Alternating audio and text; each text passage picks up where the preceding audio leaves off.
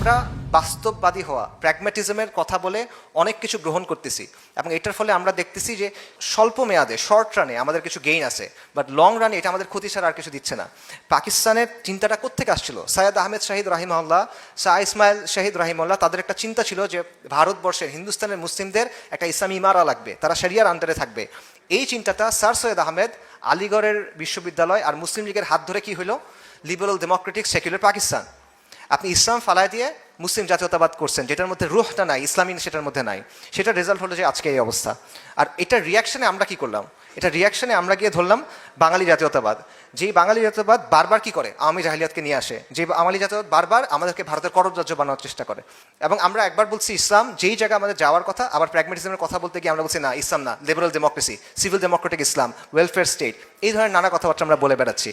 এইভাবে বারবার প্র্যাগম্যাটিজমের কথা বলে, বারবার প্র্যাকটিক্যাল হওয়ার কথা বলে আমরা মূল জায়গা থেকে সরে যাচ্ছি এবং শর্ট রানে আমরা মনে করতেছি আমরা গেইন করতেছি, লং টার্মে আমাদের চেয়ে বড় লুজার আসলে আর কেউ নাই।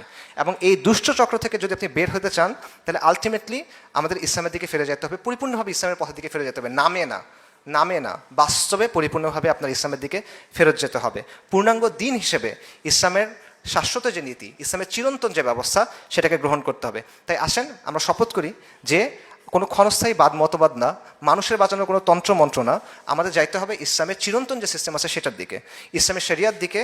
এবং তাহলেই আমরা এই দুষ্ট চক্র থেকে মুক্তি পাবো, তাহলেই আমরা আমাদের কমের অস্তিত্ব, নিরাপত্তা এবং ধারাবাহিকতা রক্ষা করতে পারবো। এটার জন্য সময় লাগবে, এটা আগামীকাল হয়ে যাবে না, এটার জন্য সময় লাগবে। সময় লাগুক, কষ্ট করেন, কুরবানি করেন, শহীদ হন, সমস্যা কি? আল্লাহ তো আপনাকে বলছেন সাফল্যের কথা। এই জিনিসটা আমাদের চিন্তা করতে হবে। এটাই আমাদের পথ এবং এটাই আমাদের আহ্বান।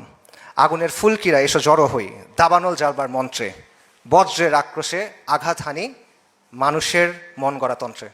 আগুনের ফুলকি হয়ে ওঠেন।